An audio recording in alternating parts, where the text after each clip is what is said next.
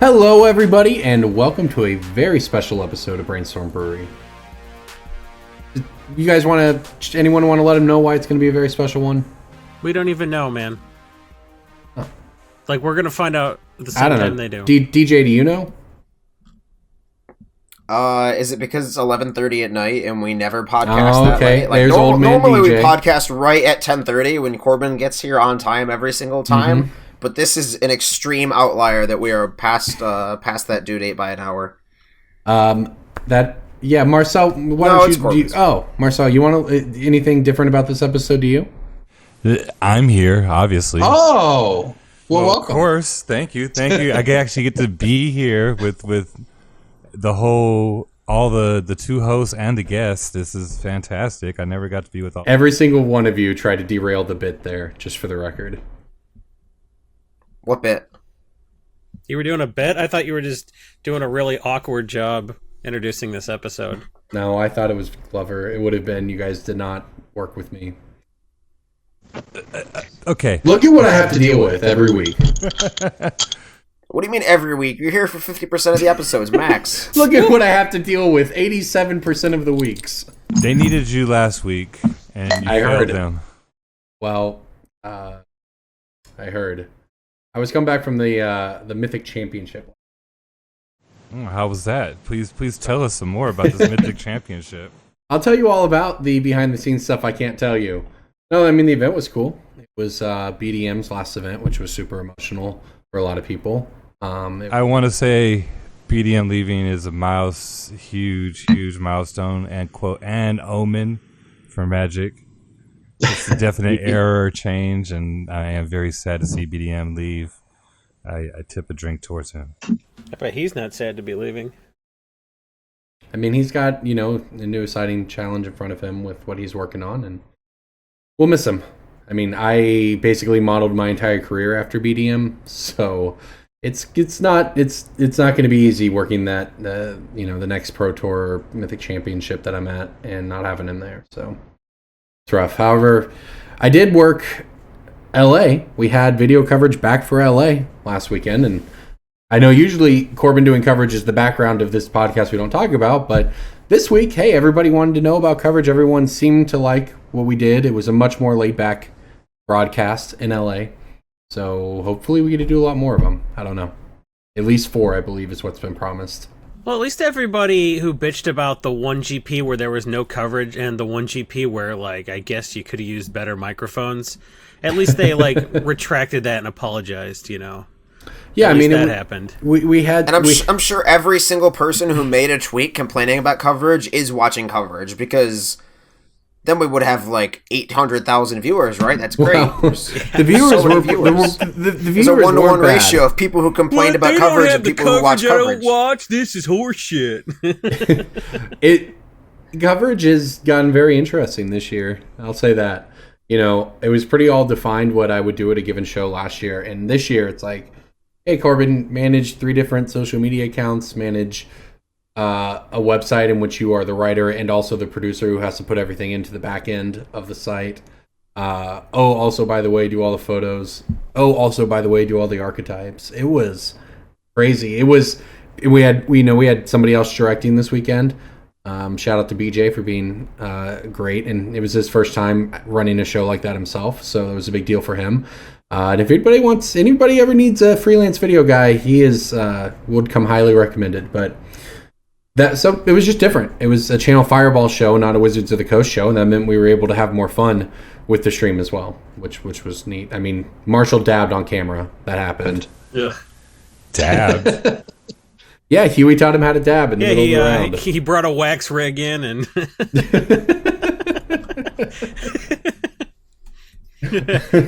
That's marijuana humor.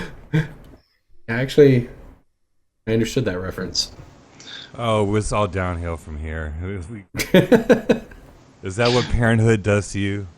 Yeah. You make dad jokes? It wasn't a dad joke, it was a dab joke. It was very close. Stop. I'm having 2 kids. I'm going to have double the dad joke power. Is that how that works? Is it a 1-to-1 ratio? I think you get depleted. We'll see how much break then he gets. There's definitely diminishing returns. I don't know, man. If I got a kid that doesn't understand me and another one that doesn't understand the concept of irony, Oh she yeah. doesn't understand sarcasm, so I'm just like I'm very blunt with her, and she just doesn't get it, which is good. Okay.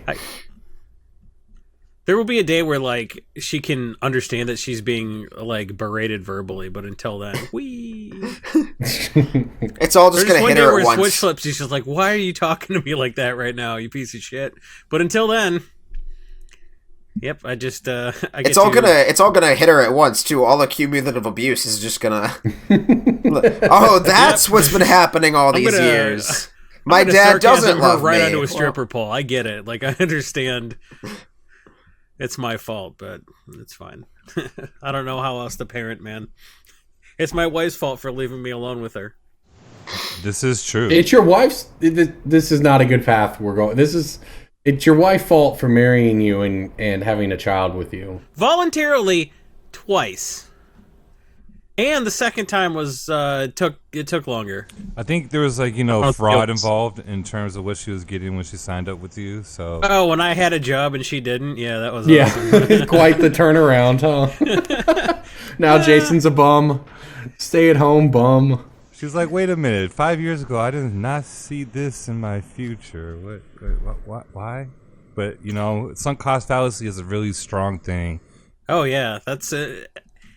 And she's an atheist. I was like, oh, you really want to get divorced like all those religious people? Because, the divorce rate for atheists is lower than religious people. So it would be a shame if you did anything to disrupt that. I thought you were just going the murder-suicide plan. Oh, yeah, that was our pact. So, yeah, we don't want to fuck up the divorce rate. So she's just going to shoot me in the face while I'm sleeping. I was like, yeah, we could do a murder-suicide. She's like, oh, when I come in the middle of the night, put a pillow over your face and just put 2 rounds in your skull. And I was like, you've thought about this. She's like, every night before bed. She's like Arya Stark, but all she says is my husband. Fellow Morghulis. All right, you guys want to get into some breaking bulk this week? Breaking bulk time. Breaking bulk time. Break. Oh, yeah, breaking bulk. There's so much good stuff. It's a pick. Breaking bulk. The end. Shit, yeah, dude. Let's I'll do it. anything to change the subject. I've got a good one. Onslaught Black Creature, go. Oh, Onslaught. I don't What was know. that set symbol? what- Was that what like are- the little crab It's like a thing? spider, yeah. Yeah, a black creature. Common or uncommon? Common. Ooh. I don't remember. the Is it set. skin It's- thinner? No. It's gonna Is be it a some sort of zombie? zombie. Also, if you ever want to have a good time, get somebody who doesn't play Magic to describe set symbols. I could see that being a whole. It's Aren't like there, the like- dragon head. It's like the. Wait. It's like the cup of tea. It's Aren't there like 10 different black zombies that are picks from that set? probably. Yeah, like I don't think there are any non-black or any black creatures that aren't zombies that are, or maybe There's clerics, or two, probably. Yeah. I don't know, man. If it's not skin thinner, I can't think. What if I gave wait. you the flavor text? Yeah, give me the flavor text then. My priest swore loyalty to the Cabal not until death, but beyond it, from the Cabal Patriarch. Cabal something. Undead. It's like some undead priest. Alright, games ding ding, Shepherd of Rot. Oh, Shepherd Yeah, Rot, that really? one. That's what I was Nice. saying. There's a million cards from that set that are picks. Yeah, but that's a good pick actually. Yeah. All right, I've got one for you guys. I've got a Ravnica Green Common. Been reprinted a couple times. Ravnica. Ravnica. Farseek? It is Farseek. This card is going crazy, actually, if you guys weren't aware of this. Basically, all versions of it are $1, and some of them are more. Yeah. And this is all really recent. Like this That's like is all, always been a pick though. It's always kind of been a pick, but sometimes it's been like 25 cents retail, and it's like, is it really worth picking Do I when buy it's this for a nickel? 3 cents even, right? Yeah. But for whatever reason, all versions are at least $1. The Commander 2017 version's over $2. And I'm talking market price on these even. So I don't actually know what's causing the spike here. It's really actually kind of weird. Some weird stuff happened this week with my pick of the week also. It is a Oh man, I don't want to give it away. Okay, fine. It's a non-colored card from Shards of Alara. A non-colored card so a colorless card? Is it a panorama? Yeah, Esper Oh, it's a Panorama. land. Yeah. The Commander 2013 version went to like $8, and then like it's back down, Well, but it's still like $5. It was probably like one guy listing it for $8. Yeah, and but I then- looked and like all the prices on TCG Player are pretty wacky. You know, like the cheapest one right now is $350 on TCG Player. The cheapest near mint's $8. So for just the shards version? no, just for the Commander 2013 version, and there's nothing special about it. The art's the same. Yeah, but the last sold version, or the last sold copy is 45 cents. So Yeah, I don't know what the deal is. There's not a ton of copies of this, and that could be what it is. And you know, if you look at the Shards of Alara version, it's even cheaper. The market price is $1 less, and like, yeah, you got some near mint copies for like $1. So I don't know what the deal is, but if people are paying that, at least pull it out of bulk and see what's up. I don't. oh, for sure, you pull all the panoramas. Yeah, well, I pull basically every non-basic land, and then if there's anything that's like totally worthless, like I don't know, like Evolving Wilds and Terramorphic Expanses, I like to put those in the instant collections I sell, just so people like, oh shit, I can build a deck now. Yep. But I always yank panoramas because those are like, you know, like the Bant one's like $1.50, so like they're some of them are real money. So just if you weren't yanking panoramas before, definitely yank those. Marcel, you in on this? No, I'm not. I'm not good at that. That's honest, man. That's fine. Doing something slick the last time I did, and I got laughed at, and I was like, that was justifiable. All right, so I can give you one. I can give you one. how did Welcome everyone. This is a this is Zendikar embarrassing. green common from the famous set that includes Scalding Tarn, my arch nemesis. Let's go. A green. You're not wrong. That is my arch nemesis in Magic. It has been. Green what? Green common from Zendikar. Only Hard Expedition Yep. did it. Yep. So this week, for whatever reason, Lord Windgrace is up in the top 3. And maybe there is a scraping error involved. This could just be an EDH coding thing, but I don't have another source of data.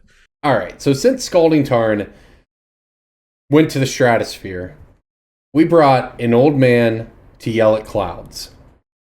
Marcel, what do you think about Modern right now and the new Modern Horizon set coming out?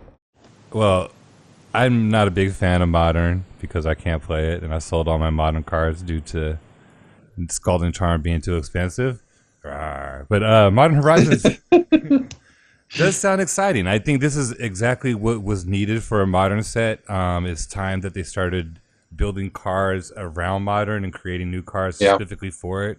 They're able to fill in holes. They're able to bring cards that they wanted to bring in without corrupting Standard. There's so much that this set can do for Modern and just game design and reprints and just in general that I see nothing but positives. I'm hearing the only issue I'm hearing is price point is from distributors is 160, which seems quite a bit high. Given that, Yeah, that's really high. given that you could buy boxes of what was it, the last Master set, Ultimate Masters for 160. So No. That's not true. oh no, Are you saying the distributor price was 160, Marcel? I think Mass Drop you were able to snag boxes for 160. No, not Ultimate Masters. Ultimate Masters was Iconic and $300. Masters 25, maybe. Yeah. Yeah. Okay, A non-box topper master set. Yeah. all right. That's an easy mistake to make. Yeah. So, You fucking idiot. Hey, this is why you guys correct me in real time. so I think it's pretty cool. I am going to make it a prediction right now, though. I'm going to go on record. I think the Faithless Fluting is going to be banned before the Mythic Championship in London. Woo! Interesting. Damn. I mean, Okay, Not so box. I Is it was Phoenix? arguing. Is It Phoenix has now dominated 2 GPs in a row, and the next best performing deck was Dredge, another Faithless Looting deck. So that's pretty bad, right? Like that, and that Is It Phoenix decks, that is the deck that all the pros are playing right now. It's like the Grixis Test Shadow of whenever that was broken or whatever. Oh, it's so right? good. People are like, what if we played this in Legacy? And then someone's like, we're jamming Land Grant in this deck. And I was like, woo! Land Grant was almost my break in bulk just because that's so spicy. Yeah, And so that's never been reprinted. That's only the one printing. right. So the thing is, I think that something's got to change, or half the field's going to be some variant of Faithless Looting. And, Ancient Strengths will be right behind that. I don't know. I think Wizards need to continue to push the boundaries on Modern. I'm fine with all this. I'm fine with the experimenting. So I'm pretty excited for the Modern Horizon set to see. I'm fine with them shaking it up, but I do think that the format is still going to devolve around the same linchpins it's been stuck on for a couple years. Well, when's the next opportunity to issue a ban? I don't know. In a month? 2 months? I don't think It'd be they're the going to do war that of before the London. Spark set release. You don't think they will, Marcel? That seems Modern is such a the touchy last format of the last big ban came right before the Pro Tour, and they said specifically we wanted to do this before the Pro Tour. Was it a Modern format?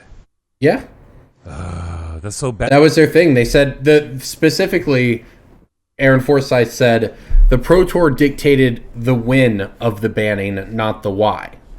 So What was it that was banned? Twin. Oh, that was way back then. That was when they were still early on. Uh-huh. So I think they learned enough from their data, and Modern, and they got a lot of criticism because Modern is such a hard format to, first of all, change your deck and then bring a lot of different cards to wherever the Pro Tour is at and to attack the format. And I think it's unfair to pros and just players in general, especially people that aren't part of enfranchised teams that has a deep card pool, to actually switch them up in the last minute and then throw a monkey wrench into Modern. Well, what do you consider the last minute? What if they did it 2 weeks from now, and they had 3 months? 3 months that's a million years. I mean, so is a month, to be honest. Yeah. I just see it like We also thought that they weren't that's when Deathgrate got banned. They banned Deathgrate before the 20th anniversary Pro Tour, which also included Legacy, to spice that up. What? Oh, for Legacy, yeah. 25th They were they anniversary. banned Deathgrate 3 weeks before that event. That's correct too. But Faithless Looting, I mean, is dominating, but is it dominating to the point where it was like KCI dominating? The top 2 decks that here, I'll just go find the tweet. I did this. I archetyped all this. I'll go find the tweet and tell you exactly. While Corbin Google searches this, Corbin's spending 15 minutes looking for a tweet. I was arguing with our intern about whether or not Counterspell is in this set and inducted into Modern. Ooh. Okay, I think Counterspell is 100% in this set. I think they could do that, yes. Not Arcane Denial or something like a little more... Marcel. Yes. Faithless Looting, of the top 100 people going into day 2 of LA, Faithless Looting was the top 30% of the field. But 16 dredge decks, 14 Phoenix decks, another 5 mono red Phoenix decks. So let's see here. So that's 36, 41, 46, 51, 56. So it's the top 30%, and it's 35 of the top 56%. So I don't know, man. This is the same as Toronto looked. you have good you have a good odds, and I wouldn't be surprised if you're correct. Yeah. So what did you guys think about? Do you guys, Marcel? Do you know what Cardboard Live is? I do not. So it's basically everything you ever want in a Twitch extension, and I just learned about it when we had the guys who built it out at LA with us.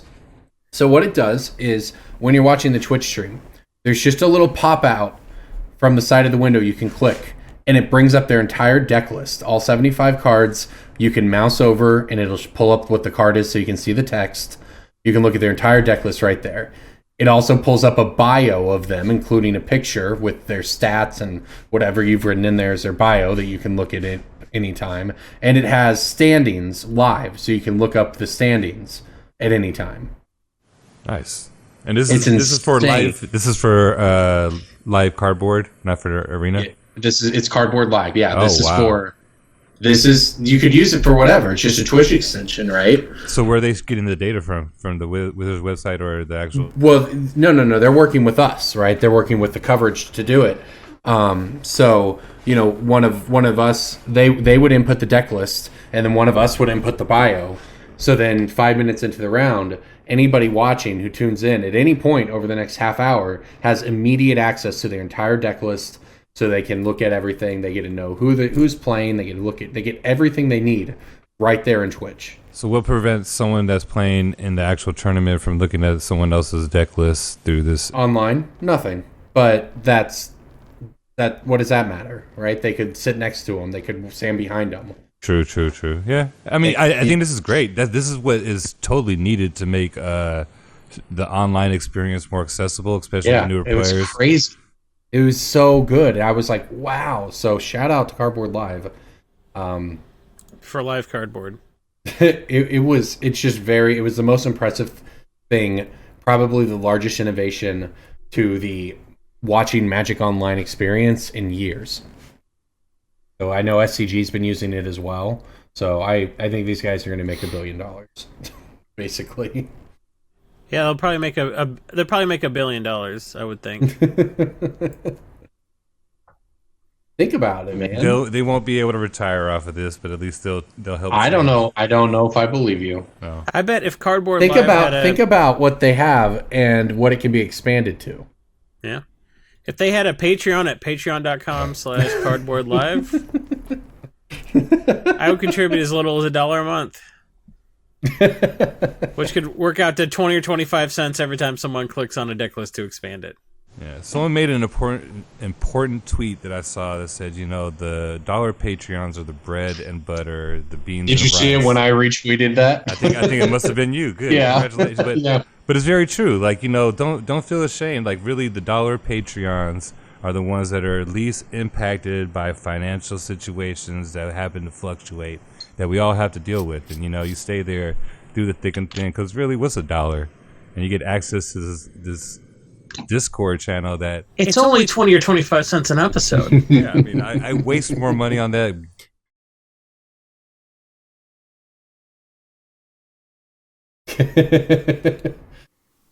Well, I like that I'm now included as being in the Discord. I've made it. So I encourage everyone to... $1's nothing, and just sign up and just forget about it. It'll be there. You'll never notice it. $12 a year. Support. So that way this podcast doesn't have to go behind a paywall like they're now doing now for other major podcasts. Wait, what? Is that a thing? There's a new podcast service that's premium that you sign up for that has, they pay celebrities to do podcasts or whatnot or high-end content. And it's its own collection that's private podcasts. That's insane. I think it's good for the market. I think it's a definite thing that should be there, and I don't think it's a bad thing per se. I mean, you're probably right. It's kind of like that's a boutique product for heavy podcast consumers. Yeah. It's like Sirius XM radio or whatever buying up like Howard Stern or whatever one of the big deals they make. Only you got to listen to Justin McElroy instead of Howard Stern. I don't think that's worth it. But but Patreon allows you to stay independent, and this allows these guys here to do stupid things to each other. You were pitching our Patreon so much harder than I do, and I get shit for it. You like the shit you get for it. I do, because I can just block that. Our next goal, Marcel, I don't know if you saw this, but our next goal is to make Corbin wear a Merfolk cosplay, and then he goes for a swim in a lake. And we're only a couple $100 a month away from that, and I think we can get there pretty fast, especially if some of the ones become fives, and I think we are offering enough at the $5 and $10 and $20 level. And we're going to hire an actual cosplayer. Yeah. But see, the problem I have with this, it sounds good, but Jason had to wear his costume for a month. And I feel just jumping into the water and getting out is pretty like, No. I'm going to play a GP. Oh, you're going to play a GP in it? Okay, that's... Yeah, I'm going to play a GP. All right. What? That was... You should... But, I think you should like... make out with your wife. I'm not going to do that. In the furry merfolk. Corbin Yeah, doesn't 'cause, like, kiss his wife. It's not because he's worried that his wife doesn't want it. He's worried that his wife will really want it, and then we'll have to do another Patreon to get him a new costume because the other one it smells terrible. It would be awkward enough, but it would be safe for work. It'd be the perfect combination. I can tell you that she would 1000% never do anything on camera for any podcast related endeavors. She won't do it. We already hit the wife cast goal, and Corbin still won't get her on. It's the wife cast is not waiting on me. It's not waiting on. Everyone says it's waiting on my Jason. wife, but look, she's not gonna.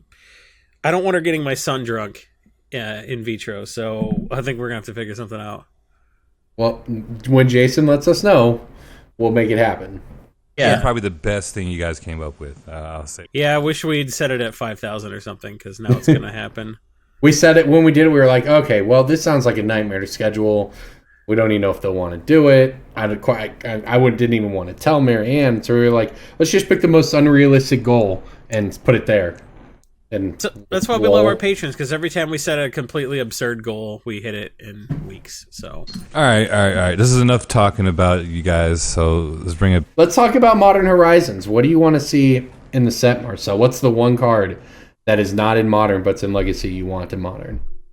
Counterspell is a very good one. I think it's a very solid card that I think should be in Modern and would be great. It'd be ideal. I want to see dual lands, but beyond that, no, guys, comes into play tap searchable snow duels. Yeah, that's potential. I mean, they could do something. Like If they come in tap, then they're not. I don't know about that, guys. I don't know if I was thinking more like, could I get Wasteland for my Merfolk deck? I heard arguments about Wasteland, and I think it's a horrible card to bring into Modern. Why? It prevents people from playing Magic. That's the idea. I understand. You play Legacy. Hey, we can't introduce a card that doesn't let people play Magic. Anyway, I'll pay 3 mana and play a Blood Moon. Go.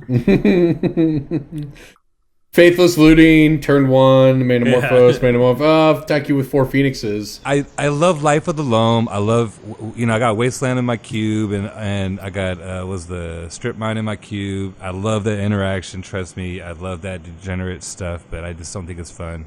And ultimately for the game, that I don't think that'd be great for Modern. But it would be so good for Merfolk. If we're talking about degenerate cards that we're not going to get, but we really want them, I want Food Chain. That'd be cool. I would like a Food Chain reprint, for sure. Food Chain Miss Hollow Griffin. So is it going to be, 50%? Food Chain Eldrazi. No, it's Food Chain Eldrazi thingy. Yeah, both of them, right? I don't know. Is it going to be 50% cards they're pulling that they already created and then 50 new ones? Or Something I don't think like we have that. the ratio. So here's what I think, though. I think that people right now are really hyping the set to be like a Modern Masters-esque set where they're specifically targeting Modern. And I think that is not exactly true because it is going to have the high MSRP, but it's not going to be a limited print run. There's no MSRP. I think it's just going to be, whatever. There's no MSRP. Sure. Substitute the word distributor cost there. Or wholesale cost. There's not an MSRP, there's just like the cost that the market will set. Yeah. Same thing. So I don't know. I think it's just going to be a set. I think it's just going to be a set like Battle Bond or whatever, and the cards are just going to happen to be Modern legal rather than the set be aimed at Modern. Certain cards are definitely going to be aimed at Modern, but I think there's going to be fewer things that shake up the format than people think. Yeah, when Rosewater posted on Tumblr or Twitter or whatever it was, he said the history of the set was, it didn't start out as a let's make a set for Modern. Right. They started out as a let's make a set that has a lot of cool history cards and cards that encapsulate the nostalgia of the game, like so it sounds like a broken Sarah. Masters set when they were going to do more Masters and then they stopped. So that's actually that's probably true, to be honest. Yeah. Probably used to be a Master set in development, you're right.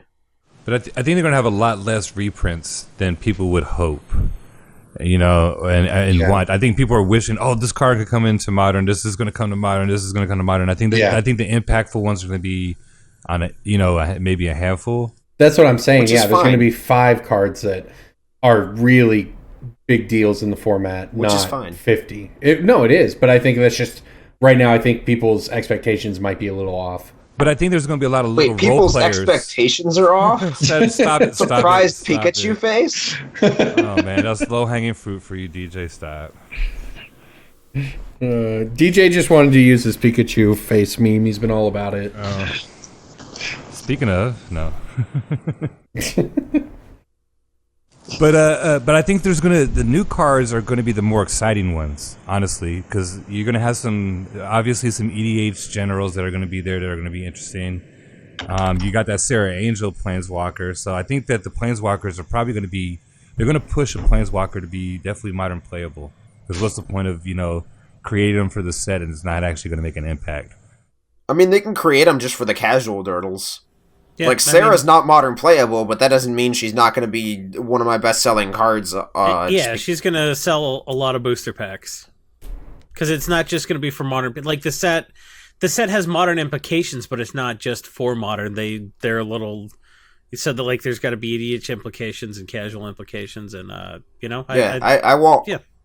I want all that stuff. I want the true, like, cards that Wizards is like, we know this is going to be in demand. We are printing it for casual. I want the Smothering Tides, the Panharmonicons, the Helm of the Host. I want that stuff. Give me that. That stuff flies off the shelves like no tomorrow. Well, you'll get that. That's the good part about this set. You'll get that. They'll get some good new cards. They'll get some good reprints. Modern will be shaken up potentially, So I think the set is just going to be cool. I have good expectations. I think everyone has good expectations. If Wizards fails on this, then this is going to be the death of Magic. So, That We sounds did about it. right. Yeah. We did it. How long? What's the clock at? Rip Magic 1993 to Yep. 1993. Rip Magic 1994 to 1994. Etc. That's true. All right. Do we I heard Picks of the Week is coming out. picks of the week? Well, do we have any emails? Yeah, I can read an email. All right, DJ, hook us up with an email. We have one from our new Sander. Juan Rodriguez has sent like an uncomfortable number of emails over the past several months, and so I might just start capping him. Wait, I thought our new Sander was Narc. That's a fair potential. I don't know. You got to have a battle of Sanders. I have no opinion. I'm a fan of the OG Sander. Have a Brainstorm Brewery trivia challenge. Oh, I like that idea. Winner gets to come on the cast. Ooh. You need to do more fan engagement shit like that. I like it. I know. I'm a genius. Well, there you go. I mean, flesh it out. Make it happen. Corbin posts ideas in our group chat hey, once if you're every a $10 never. patron and you send us an audio clip, we'll play it on the cast. And everyone went, how about you eat shit? So we try fan engagement. They just want to like say mean shit about us on Discord, and that's it. That's all they want. So we tried. Keep trying. Doesn't mean you stop. You're better than going out there, going on a limb, and then failing, and then never doing it again like a little bitch. I've been hurt before. Whew. All right. Well, I don't want to open up your trauma. Woo. This could get into deep. I don't know If you clap your heels and say screenshot 3 times, he disappears, Marcel. Oh wow. What did we say to make you disappear from the cast for 2 years? Well, shit. Right now, I'm not doing a video. I got banned from the last appearance. All right, you got that email queued up, DJ? Corbin Bot didn't answer my question on the Discord. Please update his firmware. So I am forcing an answer out of you needs. I think he meant to say nerds, because I pay for that privilege. What do you think is the best place to sink money into when buying basic lands? The highest end of the spectrum would be gurus, but I'm not good at Magic finance, so I can't afford those. I've been slowly going after unstable foils as a safe place to dump money when going for foil basics, but I'd like to hear your thoughts. BFZ foils, unhinged foils, or OG Zendikar, where would you go for the best basics? Old border foils, baby. I mean, if you're looking to like resell them later, just don't. Just stay away. Yeah, like none of they're the very above. vulnerable to obsolescence. Like there is no best, first of all, because it's so like subjective. Everybody likes what they like, but then like they'll make something better later. So I don't even think it's worth. Well, they're just not trying super to figure it liquid. out. They're not super liquid because they move so irregularly. So even your buy list prices are never going to be the best. But if you are going to put money into lands, I might suggest Unstable Basics non-foil maybe. It's hard. I don't know. It's hard to say because the foils have already kind of. I mean, they're worth money, and I don't know how much we can reasonably expect them to climb. So it feels more like the non-foils may have a larger percentage gain, and I'm considering it's much easier to get them. Well, I'm reading this question. I'm ignoring the whole should I buy these to make money. And if I'm reading this as what should I buy to flex on people with, then the correct answer is 100% Ravnica MPS lands. Because those are like kind of like the new guild lands that say Selesnya Conclave or whatever at the bottom, the ones that came in the guild kits or the promo ones. But they're Japanese foil instead, and they're from an obscure Japanese tournament series from 2005, and they are way cooler looking. How much are they worth, DJ? Well, he's just saying that because that's what his whole cube is. Yeah, DJ, how much do they cost? They are approximately like $15 to $35, depending on which one you get. Okay. Like the Izzet Island and the Azorius Island are on the high end at like low 30s, and then the Selesnya Plains. For me, it's Dragon's Maze promo foil plains or bust. That one's worthless. It's like $1, not even. I know. They were $1 when I bought them 5 years ago. What's your point? I like Unglued. And the fact that the three of us can't agree means that nobody can agree, and there's no right answer. So just stay the hell away from basics. Yep. You basic bitch. Just pick your ones that you want, and make sure you have enough of them. Because when you get to the enough point for that your you want cube, some German basics, and then you have to compromise on some French ones. You know, you might have to give up more than you really wanted. What do you mean you got one Korean? What? Talk about Ryan. He was like, I got all these foreign lands. I was like, cool, I need Island C. How many Korean you got? He's like, one. I was like, all right. Buy the French ones, I guess. Cool. What a great day. Next email. Oh, this next one's like super long though. Super long. Well, then don't Just read it. Don't it. send us a long email, you nerds. Just tell us, give us the TLDR. Read the middle paragraph and then no context for anything else. How's he going to give us a TLDR? That phrase never makes sense. It's like, I didn't read it, but here's what I think it says. Well, it's we're not going to read it. DJ needs to read it. Yeah. DJ, are you done reading it yet? A letter of appreciation and some spicy questions. Oh man! Just read it. I want to be appreciated. Are they gonna suck up to us? I want to be appreciated. Hello, Jason, DJ, and Corbin. Greetings from the land of cheap bear. I think they meant beer. Czech Republic, aka the Puerto Rico of Europe. That's pretty close. Yeah. Woo. That's honest. Let me introduce myself clearly. My name is Alex, and I have turned 18 recently. I play Magic since Eldritch Moon. Oh, he's legal. Nice. Because my friends recommended the game and found Hearthstone to be easy as fuck. I continue to play because there is potential for great financial gain and competitiveness in the game, PPTQs, GPs, etc. And I can also say that Magic and you guys were a lifesaver as I have suffered as... Jesus, the guy's pouring out his life story to us right now. Hey, this is par for the course. Let's hear it. I have suffered a series of anxiety breakdowns, but I don't think it's relevant right now. Then why'd you say it, you weirdo? Jesus. I have made some money on the stock market and cryptocurrency a year ago when I was 17 and thus illegal. Don't tell my mom.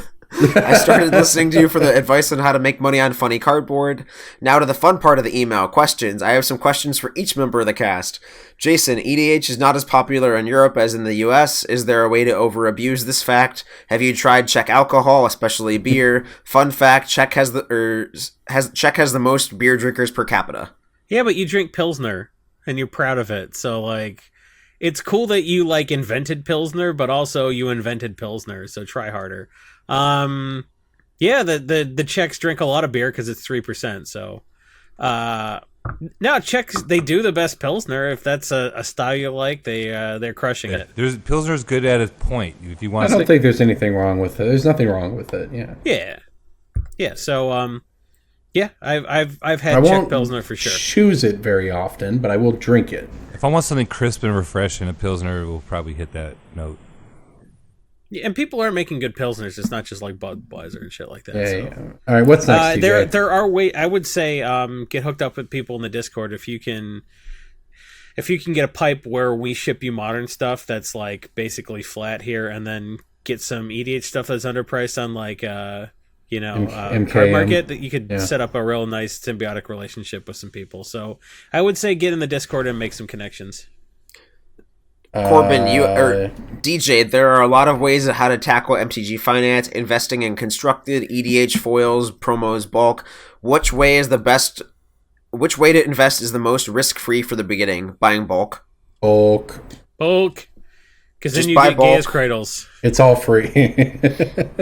Only if you get good at it. Yeah, but look at these guys. All these guys here, they all deal with bulk. That's the main theme of the podcast. Ryan, who's the upper tier, he deals in bulk. But the sooner you learn how to deal with bulk, that's a skill set that you could develop, and then you just get better at it. And that's really the meat and potatoes. So, like, just start doing bulk, quit bullshitting, get on your grind, and spend the time, because you got to put some hours in before you get good. I mean, the other way that is the most risk-free is going to be EU-US arbitrage, where, like, you just have the numbers in front of you, and you just say, oh, this is X dollars. There's no risk or coin flipping or hoping that you get X percent. It's just like, I'm going to buy a bunch of X dollars. Yeah. Mm-hmm. Yeah, big quantities of EDH stuff to the US and getting stuff back in return. Yep. Corbin, you have the quote ethos of being the modern expert, even though after seeing you play on YouTube, I sometimes doubt that because you make a lot of funny misplays. LOL. Big smiley face. With Izzet Phoenix being basically a deck, which looks like a standard deck, to be honest, do you think with Ravnica, does the standard format have a bigger impact on modern?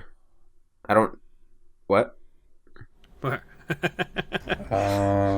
He's saying that this email is the fact that we would not know that Corbin was bad at modern because none of us. Does DJ know that it's? I'm pretty sure it's ethos, not ethos. Oh yes. I'm pretty sure you don't speak Greek, and if you did, then you would. I don't know. You were able to identify a really good impression of a Greek accent earlier, so I know for sure. They're always going to print graveyard cards, and they've done what in Ravnica specifically, its impact on modern. They've done things that have always broken older formats, which is made things free. Whether that's Arclight Phoenix coming back for free, or whether that's Creeping Chill having an effect for free. They made cards that cheat mana, and that is why they're having an impact in modern. It's the same reason why Thing in the Ice is so good, because you basically don't have to do anything, and eventually you get this giant creature. So that's what has caused it. I don't know if it's anything about Ravnica or Standard specifically to this year or anything like that, but I mean, they do consistently push the envelope enough that new Standard cards are always making their way into modern, whether it's a big change or not. But in this case, is it like Arclight Phoenix isn't broken in modern because it's inherently broken. It's very, very good. But Faithless Looting exists. That's why. So it's if they ban that card, which they might, then you might see less of an impact of standard cards in modern. So I think it's just, that's where I think you're going with that question. So that's what I got. Thank you for also, it's really hard to play on YouTube. Thank you for all. Your episodes are really fun, and I hope to sometimes appear in the podcast. Having a teenager in the podcast can be interesting. Please visit Czech Republic with love and money, Alex. Yeah, I'll visit the Czech Republic. I would love to get kidnapped. I'd go. Is that Hostel? Is that? Yeah. Isn't that where Taken was? Isn't Taken all over the place? I don't know. Isn't that the thing that he tracks him down anywhere? Yeah. They were going to do actually a Taken that takes place in Ireland. He's like, I will find you, or someone who kind of looks like you. No? Too soon? All right, fine. I'm willing to admit when I was wrong, just like Liam Neeson. Yeah. I don't even know if DJ is on board with this reference. I know what the reference is. Okay, all right, just checking. He's doing an interview you and made he a dropped movie a lot of about racisms. riding around on snowmobiles. What's that like? When I was 17, I beat up Jesus. Confession time. Are you drunk? Yes. I'm Irish. I'm always drunk. All right, you guys want to do pick of the week? Do I? No. Pick of the week, pick of the week, pick of the week. Time for the pick of the week. Who wants to go first? I'll get mine out of the way because you guys are not going to like it. All right. Good. This is not a buy a bunch of it right now because it will quadruple in price, but this is sort of a PSA that now... Good, this is going to really jack up your spreadsheet metrics. I love it. Yeah. Now is the time between like now or 2 months from now to buy dual lands. Keep an eye on them. Why? Because tax refund season and dual... Like, if you look at the price graph of dual lands... I mean, something pun, but like there is a plateau. Duels go up in the early part of the year, and then they plateau, and How's then that a pun? And then they go up in like February, March, and then and then they stay the same. Like we saw Underground Sea be $200 for a while, and then it was $300, and then we saw it be $300 for a year, and then it in that February, March time, it jumped to $350, and then they spiked really, really hard last year, and they came back crashing down to an equilibrium. But I mean, duels will go up again. They are dual lands. They are reserve list cards. They are not getting reprinted, no matter what somebody says on Twitter. And I mean, they crashed. We found the bottom, the quote bottom of all these dual lands, and we're starting to see a couple of them increase in velocity a little bit. And just keep an eye on them, keep your finger on the pulse, and if you were planning on buying dual lands and you said no way when Underground Sea is 700 and now it is down to 500 TCG median, but you can find cheaper ones on TCG or Facebook Marketplace or things like that, now is the time when you pull the trigger if you have been waiting for the past several months to buy duels. Do you think that, given last week's episode, that the tax refund isn't going to be impacted severely this year? I don't know for sure. I think there is a possibility that it makes it so that prices do not change as much as they have over the past couple of years. But I mean, they're dual lands. People will still want to put money into them. And if you were that person in that position, I would not take that risk and say maybe they won't go up. If you were that person in that position who's trying to put together that legacy deck, and you're at this point right now, I would not just put it off for several more months and be like, maybe tax refunds won't be as big, maybe they won't go up. I would, if I was that person, I would buy them now. Cool. All right. I got one. Foil Our Promise. Now, I think it's a little lazy to call foils, but I think Foil Our Promise is like $2. I think that's absurd for as good as it is. There's a lot of decks that have the 5 mana to put 2 lands into play, and it's not 2 basic lands or whatever, it's 2 lands. So you could definitely just put an Urborg and a Cabal Coffers into play for 5 mana. Like, this shouldn't be a $2 foil. It's been a while since Our Devastation was a set in standard, so the stuff's like, it sat for a while. I think if you can get in under $3, I think that seems pretty fair for Hour of Promise, which is the green hour. Yeah, the best part of being a Gonti player is that I get to try out every other card in the game while just playing one deck. And it feels really good to play an Hour of Promise right after I play a Gonti on turn 5 with 5 swamps and then get Cabal Coffers and Vestiva. I'm sorry, DJ. Vestiva? You had me right up until the Vestiva. Hey, I got my Cabal Coffers within my Vestiva with Hour of Promise. What's wrong with saying I played Gontai? Don't you play Gontai?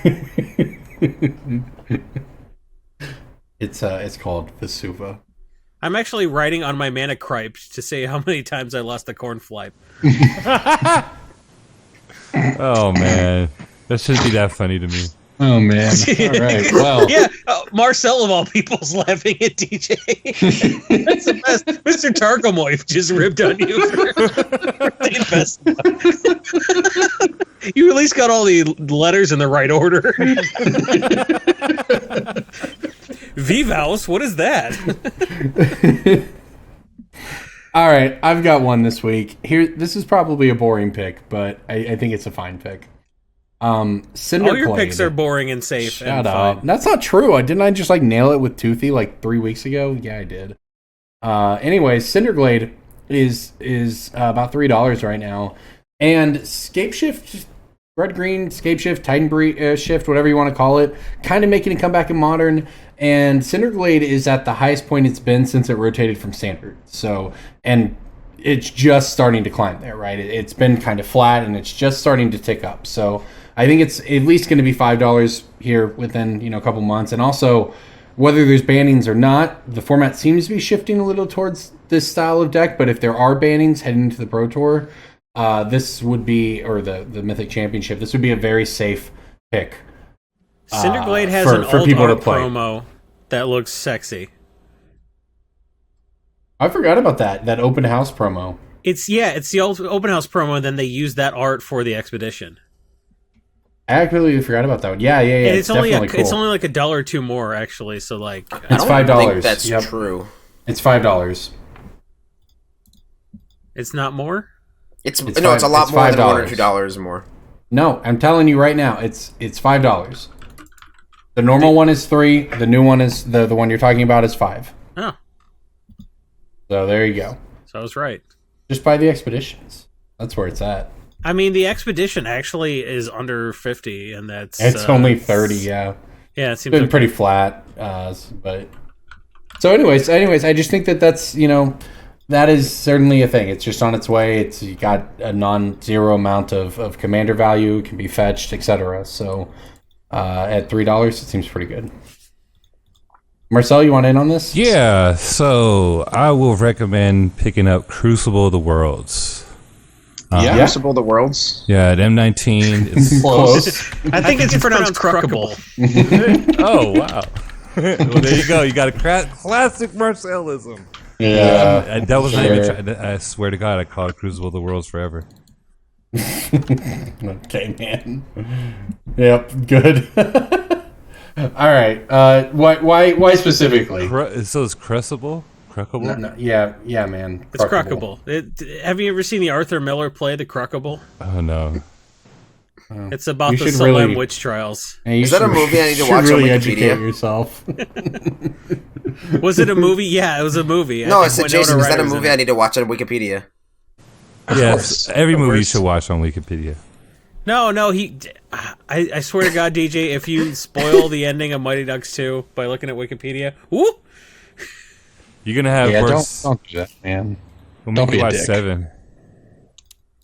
7 what? 7 or Mighty Ducks 7? The movie 7. The movie 7. That's a good movie, It's a good movie for when you're our age. I remember trying to watch this with somebody that was like... Old AF. Yeah, that was like 5 years or a generation. Marcel, I've never seen Star Wars. You don't know the depths of my movie, Lackman. Yeah, you think he's seen 7. Motherfucker hasn't seen Star Wars Episode 7. Yeah. What's in the box? What's in the box? What's in the box? And Kevin Spacey opens the box and it's just his dick. Oh, come on. Not on the set. Ah!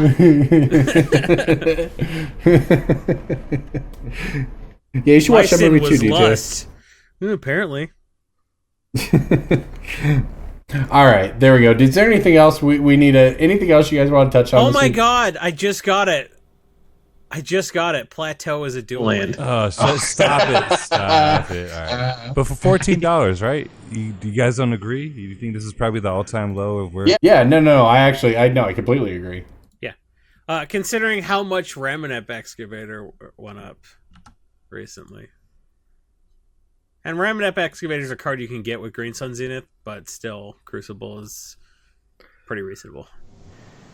At one time online, I believe this card was like in the $50 range. Well, that was before a reprinting, but yeah, that's a good call. And that was like, now it's 70 cents. Oh man, Moto has fallen. I'm so glad I got out of Moto. Like, you wouldn't believe it.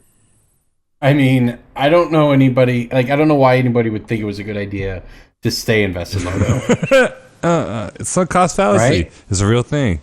You know? I mean, sure. I have a bunch of stuff on my Moto account that I should probably sell. Probably. But also, I learned more recently about the rental services like Mana Traders, and that just seems like a way better solution, anyways. That's how it should be, and I think they're really playing. Didn't Card Hoarder just launch one of those? Yep. I hope so, because that stuff's like insane. That's the only way they're going to keep Moto going, is having people playing Legacy and Vintage on Magic. Right. Well, Yeah, it's all ADH fine. too. It's just, but I just don't know why you would think that the upside is there for Moto, right? Like, why would you think it's a good place to make money with your collection at this point? It's obviously not going to be more popular because Arena exists. It's just clear what the trend line is. People, they couldn't pull that Band-Aid, so they had to let people make their own decisions, and some people Right. decided that was their logical decision for them. Whatever. So, sorry. Whatever. Sorry, there's winners and losers in this game, and you are not on the good side of the fence. I kind of like Moto existing, and I hope it sticks around. Well, me too, but Yeah, It does. not. It does a different thing. It's a great way Yeah. to play Legacy. Yeah, there is a lot. Yes, it's not. This is not an attack on it. It's an attack on anybody who thought you were going to not lose money on your collection. Yeah, or it was a safe investment. Moto was going to change economically, and then the how it got rebirthed from the Phoenix from the ashes is going to be a fine product, and it should last several years before they finally do pull the plug, because eventually they may have to. Yeah. Well, yeah. I mean, yes. It's. We'll see. I'm not gonna speculate on that. That's more long term. You have plenty of years to enjoy it and put money into it, and as long as you don't have to own every card ever on Magic Online, Yeah, and just don't treat it as an investment. Treat it as a game. and you're gonna lose some money. It's like any. You think this is a game? This is Magic Online, the second best way to play Magic Online. But I will say, like, if you want Chandelar to is play good, second best way. no, man, Arena is fantastic. I'm sorry. No, he said I second. play He said Chandler's Arena. second best. Do you know how hard it is to get me to play Magic? Yeah, Arena's great. Arena's No, great. I don't. Hashtag Just sponsor limited. my stream. Huh?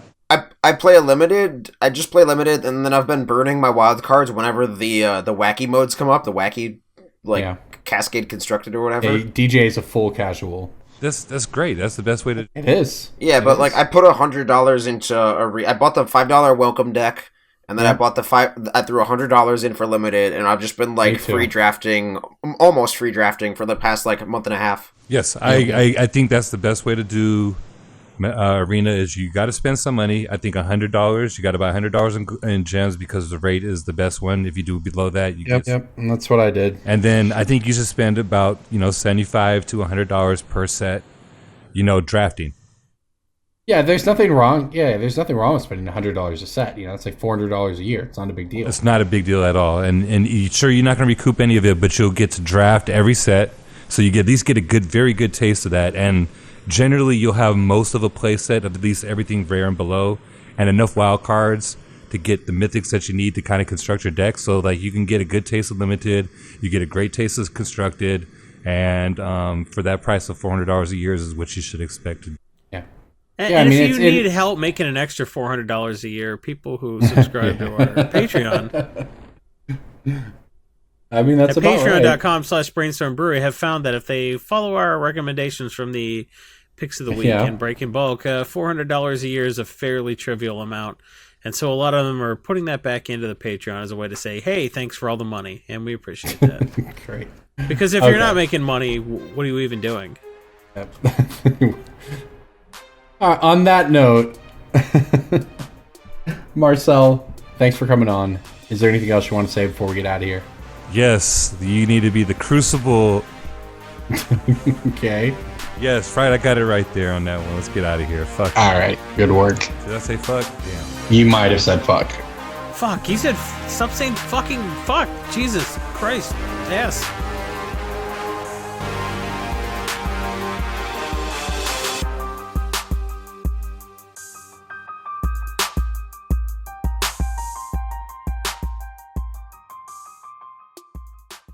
DJ, can you say fuck? No. Are you not allowed to? Is that the safe word? What? DJ doesn't have a safe word.